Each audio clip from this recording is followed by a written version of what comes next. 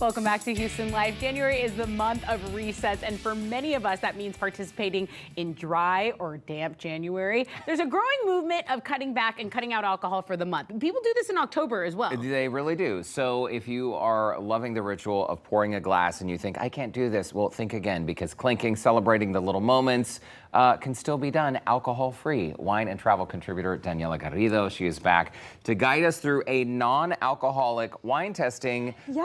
Welcome back to Houston Life. It's great to see you. This still surprises a lot of people, right? That they can go to their local store and buy wines that have zero alcohol. And it's like at all liquor stores, like there is always a non-alcoholic section, and it is growing every single year. So Dry January actually started in the UK and slowly made its way to the US. I think we were one of like the last people to adopt it, as of course we would be. But also this, I just saw a study this morning that only 54% of what do you call it? Alcohol drinking aged adults. Alcoholics, I guess. What do you call them? Adults who drink alcohol, only 54% of them say that they are drinking. Okay. This is a new study that just came out this morning, and I think a big drive is actually Gen Z and like the younger consumer, because they're really focused on like moderation, healthier lifestyles, more intentional living. And so that is like a really big factor right now. I think as we're seeing maybe through TikTok and social media, other people like they're not hungover and they're living more intentionally. Yeah. That I am jealous of. Yeah. Because I always say you're borrowing from the next day. You're having a lot of fun at night, right? But you're kind of borrowing some of your energy from the next day. And you feel it, the older you get, the more you feel it. Absolutely. And I think, as you get older, you definitely feel it more. But there is no reason to like let go of wine. And I think we all love wine. I just don't think we want the hangover. And so I really love what Missing Thorn is doing specifically, because their whole mission is to make non-alcoholic wine that tastes like you're drinking fine wine. Oh. And this was started by two like heads, very iconic people in Napa Valley. So winemaker Aaron Pott and vintner Stephanie Honig. And so I'll let you guys taste this, but I've poured you their Missing Thorn Bordeaux red blend. And this kind of retails for $30. So definitely a more premium red blend. Cheers. Cheers. And what I love is that the name Missing Thorn actually was inspired by a rose. So, you know, a rose is known for beauty, depth, seductiveness, much like a glass of wine, but think of the rose without a thorn. So it's kind of like the wine without the alcohol. And that was the sting of the hangover. The sting of the hangover, whatever you want to call it. And I think what is important is that like everyone should be part of a celebration. Everyone should be included regardless of lifestyle choices. And I think that's a really big part of their mission. I love that it is Napa Valley people doing this, because they're definitely noticing this trend.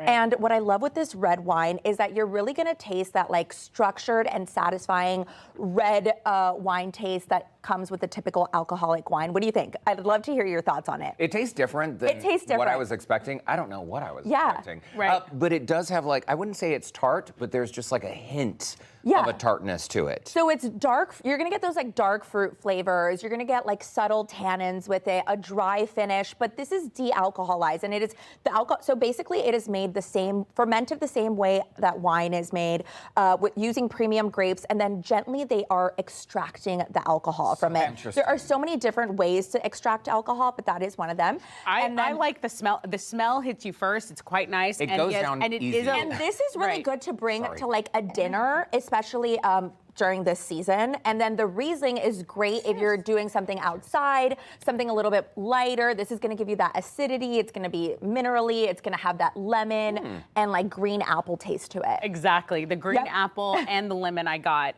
Also, I just think that the pouring and the ritual of the cheers and participating, I think that's kind of what I want more than anything. Sometimes I don't want the glass of wine. I do want to feel like I am in community, though, with my girlfriends or whoever I'm hanging out with. So exactly. Nice. And I think regardless of lifestyle choices, you need to have an option. And I think Missing Thorn, like that is exactly what they're trying to do. Okay. It'd be funny to play a prank on someone and like just drink a whole bottle. Yes. And they have so many options. They have like still red. It's not funny. I'm fine. And then they're all like, ooh, I'm feeling it. But it is, I mean, it's guilt-free. If you wanted to have a second glass, you could do so. Speaking of guilt-free, that is, Missing Thorn is low-calorie, gluten-free, and vegan, as many non-alcoholic wines. wine options are.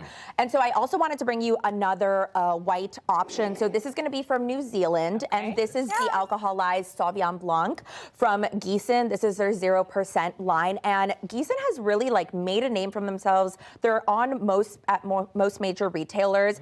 You can find a Chardonnay, you can find a rosé, a sparkling. I always like to make this little tip: if you are shopping for non-alcoholic wines, look for something that says de-alcoholized. So what that means is that it was made, again, the same process as typical wine is made, but the alcohol is gently removed from it. I see. There are lots of options that just say non-alcoholic, but those cannot be made the same way. Okay. So just something to like keep in mind. Most quality non-alcoholic wines will say de-alcoholized on them. Alcoholized. Just something Keyword. to keep in mind. Yes. Okay. And so last but not least, I really wanted to showcase how it's not just brands that are starting, like new brands that are only focused on making non-alcoholic wine, but also brands that we know and love, like Josh Cellars. So everybody knows a Josh wine, right? Yeah. This is their non-alcoholic sparkling Prosecco made in Italy.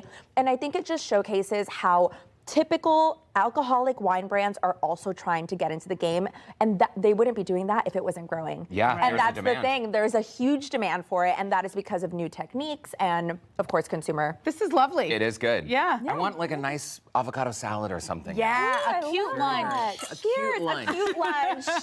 we come up with a new term every time I'm here. Non-alcoholic wine and cute lunch. Cute lunch at 1:38 p.m. It's always great to see you. Happy New Year. Thank you. Cheers, After Danielle. Happy dry New Year. or damp January, Yeah. we are going to put all of these bottles on our website, HoustonLife.tv. We'll put that link up so you can find them at your local store. Cheers. Perfect. Okay.